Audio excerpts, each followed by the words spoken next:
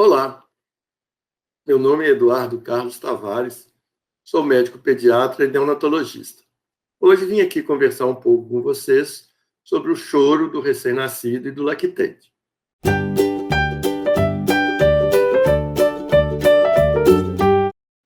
Que o recém-nascido e a criança pequena chora com frequência não é novidade para ninguém.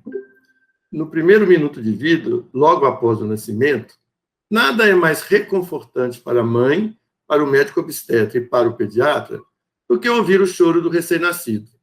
Neste momento, ninguém reclama. Todos suspiram aliviados e felizes, porque tudo correu bem. Já nas próximas vezes que o recém-nascido chorar, a resposta, principalmente dos pais, será completamente diferente. Em vez de alívio, virá uma ansiedade. Como vou saber por que ele está chorando? O que devo fazer? É normal ou ele está com algum problema grave? São as dúvidas frequentes. Se essa ansiedade não for bem assistida, ela levará como consequência um ciclo vicioso. Choro, exaustão, levando a mais choro, aumenta a ansiedade, tanto do bebê quanto da mãe.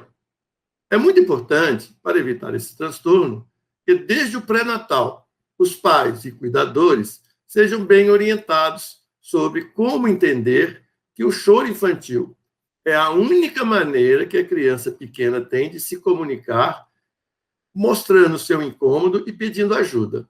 Ele não sabe falar ainda, ele não sabe fazer nenhuma expressão mímica. Então, o choro é o único instrumento que ele tem para comunicar o seu desconforto. Mesmo assim, sabendo disso, é muito provável que na hora do choro real, essas informações sejam esquecidas e a ansiedade tome conta. Será necessário, então, reforçar com tranquilidade e muita paciência para reconquistar a confiança dos pais. Esse atendimento ele tem que ser integral. Ele não deve ser direcionado somente ao sintoma choro. Deve ser centrado no acolhimento do paciente e da família. Uma acolhida atenta, uma escuta afetiva do problema é o primeiro passo. Entender que a preocupação e a ansiedade são reações naturais e que não devem ser desprezadas, respeitando os sentimentos, sem críticas e sem tentar minimizá-los. Isso é fundamental. Como já dissemos, sempre que a criança pequena se sentir incomodada, seja qual for o motivo, sua única ferramenta para resolver o incômodo é o seu choro. E esse, então, deve ser interpretado como um pedido de ajuda. Vamos ver alguns dos motivos para o choro infantil, não necessariamente relacionados com uma doença ou com uma normalidade. O desconforto posicional, ou seja, aquela criança que ainda não sabe se virar sozinha na cama, às vezes fica muito tempo numa posição só, e isso causa um incômodo. Então, ele chora para que alguém vá lá e mude a sua posição. A temperatura ambiental inadequada, às vezes, com muito calor e a criança muito agasalhada. Ao contrário, muito frio e a criança com pouco agasalho. Isso também incomoda e provoca o choro. O sono excessivo. A criança tem uma característica interessante. Quanto mais sono ela tem, mais dificuldade ela vai ter para dormir. E isso cria na criança uma ansiedade e o choro é a forma que ela tem de expressar. Isso sem falar também naqueles casos mais comuns. Fome, sede, fraldas molhadas ou sujas de fezes. Outro fator muito comum é uma excitação aumentada por excesso de estímulos. Muitas vezes as visitas, os avós, as pessoas queridas, ficam o dia inteiro estimulando a criança. Quando chega no períodozinho da tarde, ela já com sono, mas está muito excitada e não consegue dormir. Então, também ela vai expressar isso pelo seu choro. Podemos ver o quão difícil é estabelecer a causa precisa durante a crise de choro. Existem estudos e até mesmo um aplicativo na internet com algumas dicas para os pais tentarem identificar a causa pelo tipo do choro, sua intensidade, o seu tom, o seu balbuciar. E será muito difícil no início desse novo relacionamento, mas com o tempo, instintivamente, aos poucos, a mãe vai aprendendo com a sua própria experiência, identificar e diferenciar padrões que podem a orientar nessa tarefa. Vamos relembrar as características dos tipos de choro mais comuns, que podem nos dar uma orientação daquilo que o bebê deseja expressar. Vamos pensar no recém-nascido. Ele passou 9 meses dentro de um útero onde estava 100% seguro e calmo. Agora ele saiu daquele lugar e está aprendendo a viver em uma nova realidade, cheia de luz, sons, cheiros, e ele precisa se comunicar para ter suas novas demandas atendidas. Fome, incômodos, frio, etiqueta de uma roupa pinicando, vontade de fazer cocô. E a única forma que ele terá para se comunicar será através do choro. Aproximando do primeiro mês de vida do bebê, começamos a conseguir decodificar o seu choro. Temos o choro de fome, que é mais grave e contínuo. Normalmente acompanha o movimento de sucção com a boca e você ouve a letra N, pois é a letra que tem um movimento de língua mais parecido com o movimento de sucção.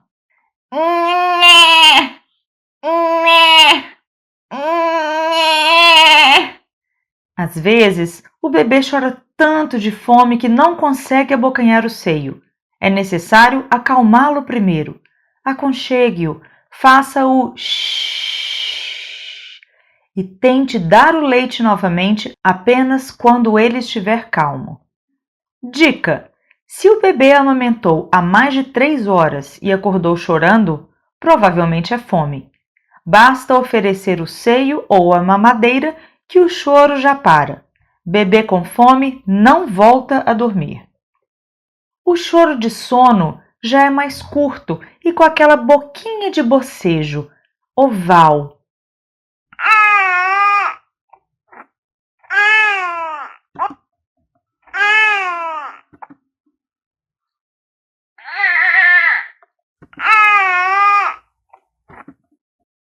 Dica: quando o bebê parece ter perdido o interesse pelos brinquedos ou pessoas, ou começa a esfregar os olhinhos, ou coloca a mão em sua orelha, pode saber que é sono.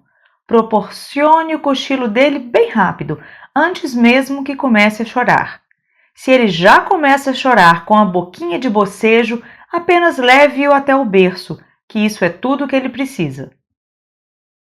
O choro de desconforto é nasal, mais longo, é aquele choro reclamão.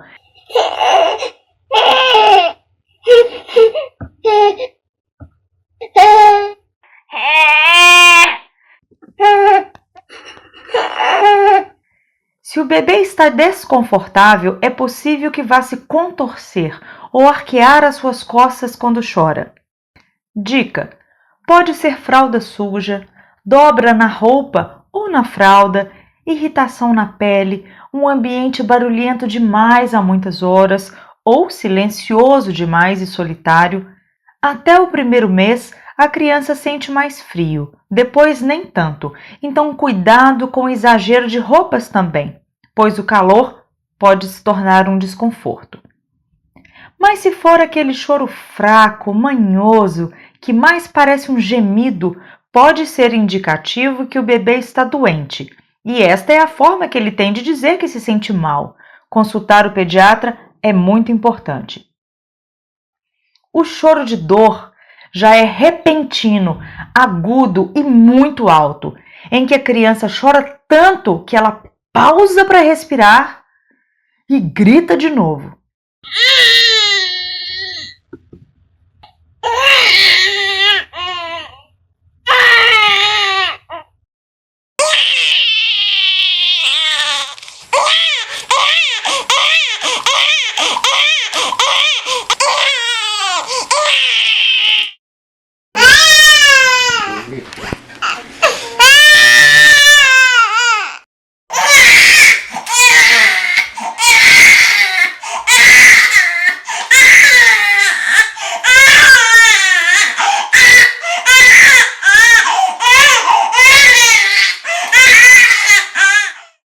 Dica: tire a roupa da criança e verifique se há algum machucado, agulha ou farpa em sua pele, hematoma, tire sua temperatura e, se nada for encontrado, avise a família para levá-lo ao médico. Aconchegue o bebê até que ele se acalme. O choro de arroto é um choro curto, como pequenos arrotinhos. Costuma vir após as mamadas e mesmo durante as mamadas ele pode emitir esses sons.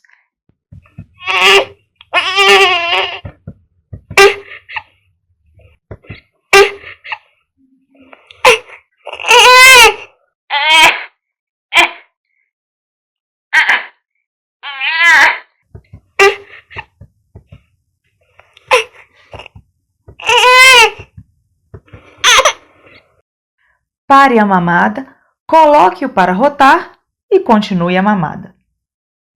O choro de cólica é aquele choro sofrido, persistente e incansável. Acompanha movimentos corporais. Parece um choro onde o bebê está fazendo força.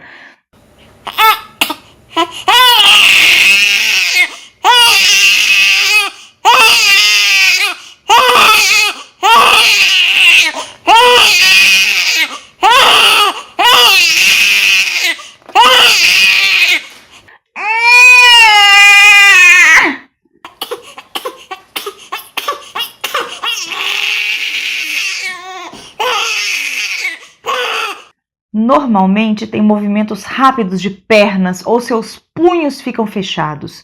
O bebê se joga para trás como se quisesse tentar jogar para fora a dor de seu abdômen. Pode acompanhar gases também. Dica: lembrar da regra de 3 da cólica. Ela dura pelo menos 3 horas, começa após as 3 da tarde e se intensifica mais à noite. Acontece pelo menos 3 vezes por semana e por até 3 meses.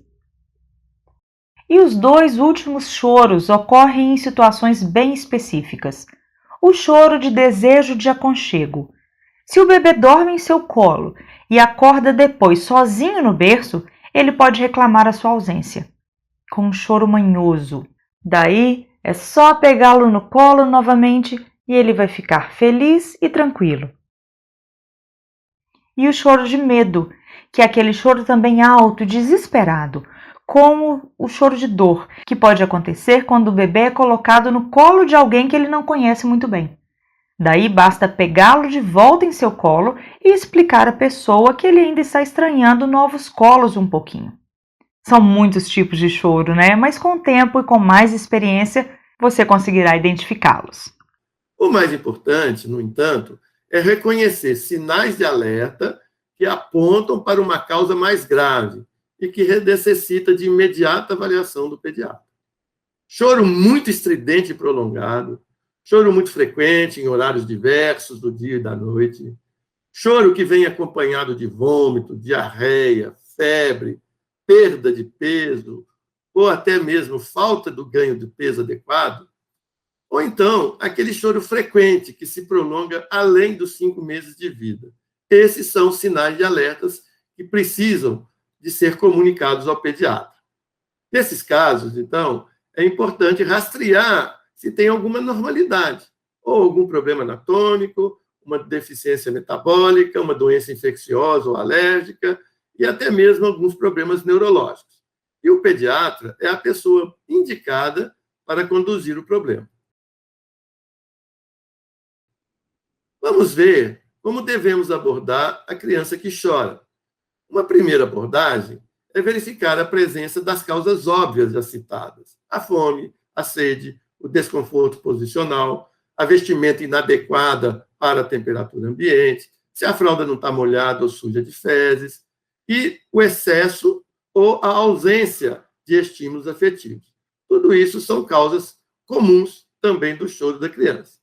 Caso não seja nada disso, e também não exista fatores de alerta como aqueles já citados anteriormente, então nós podemos pensar na famosa cólica infantil, ou também chamada a cólica dos primeiros meses, extremamente comum e que merece um pouco mais de esclarecimento.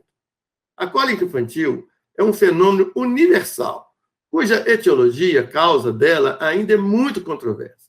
Existem várias teorias nenhuma delas definitiva.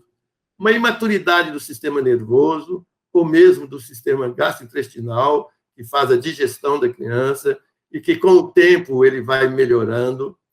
Fatores emocionais dessa fase, desajustes na relação pais-bebê, alguns transtornos hormonais, baixa atividade da lactase, que é uma enzima que digere o açúcar do leite, e até mesmo o desequilíbrio das bactérias, do bioma intestinal. Então, a gente tem alguns critérios para identificar e separar o choro da cólica daquele por outras causas. Inicialmente, nós usávamos um critério bem simples, chamado critério de Wessel, que era o seguinte: era a persistência da irritabilidade do choro pelo menos 3 horas por dia, durante pelo menos 3 dias por semana e durante os 3 primeiros meses. Por isso, ela era chamada a regra dos 3. 3 horas por dia, 3 dias por semana, 3 meses de duração. Mais recentemente, estudos determinou um novo critério chamado critério de Roma 4. Então, é todo lactente com menos de 5 meses de idade que apresente episódios de choro, irritabilidade ou agitação sem uma causa aparente e que não se resolvem facilmente com a acolhida afetiva e que tenha ausência de sinais de alerta, que nós já falamos, como a deficiência de crescimento e desenvolvimento, febre e outros sinais de doença, podemos, então, estimar que é muito provável que seja a cólica. Não existe um remédio ou tratamento específico para combater a cólica infantil. É necessário acolher os pais, explicar que isso faz parte de uma fase normal da criança, que não se trata de doença, que não é nada grave e que provavelmente irá passar. Aos 3, 5 meses de idade, no máximo, isso tudo vai ser resolvido. Podemos fazer massagens suaves no abdômen, posicionamento de barriga para baixo, no colo ou no ombro. Em alguns casos, ajuda a aliviar a crise. Se a criança estiver em aleitamento materno, é muito importante insistir na manutenção do aleitamento exclusivo e explicar para a mãe que esse choro não representa falta de leite e muito menos que o leite está fraco. Não é fome, é a cólica normal da infância. Obviamente, se junto com o choro tiver ganho, pouco ganho ou perda de peso, devemos reavaliar esse diagnóstico de cólica infantil e pesquisar outros fatores. Mas isso será uma função do pediatra.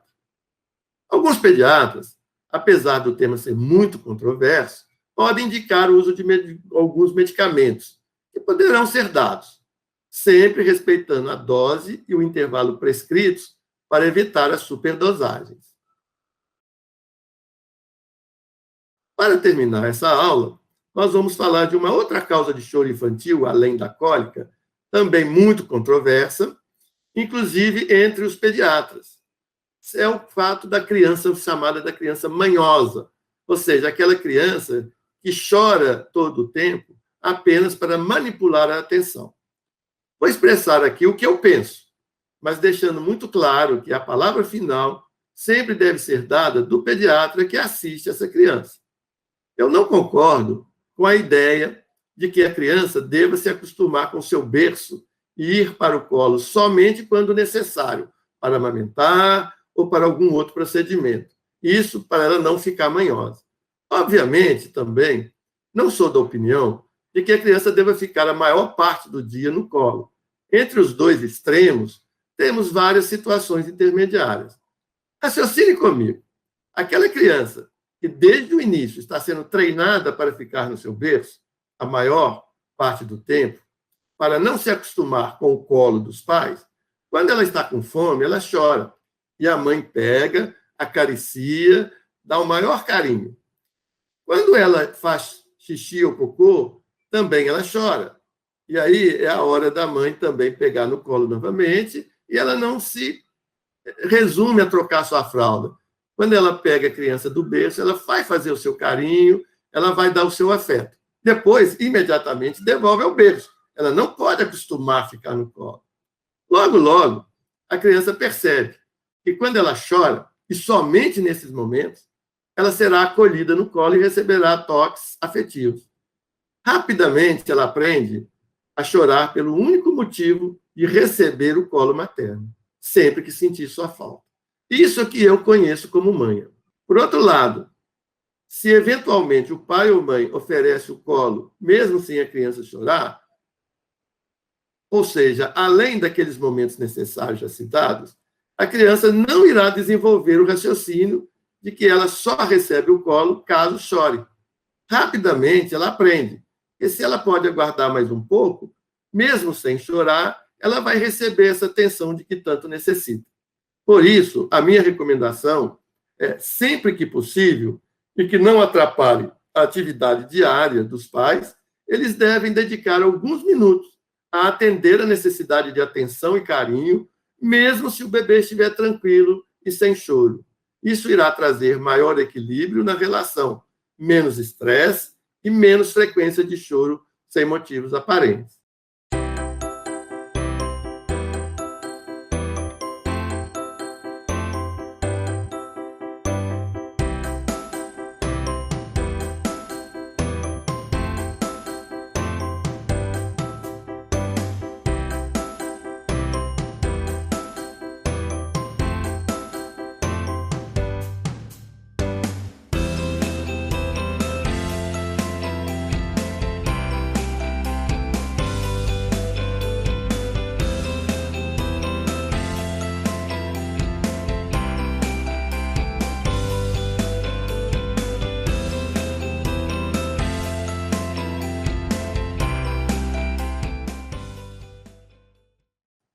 Era isso que eu tinha para falar para vocês. Estou à disposição para esclarecer alguma dúvida, se assim o desejarem. Muito obrigado pela atenção.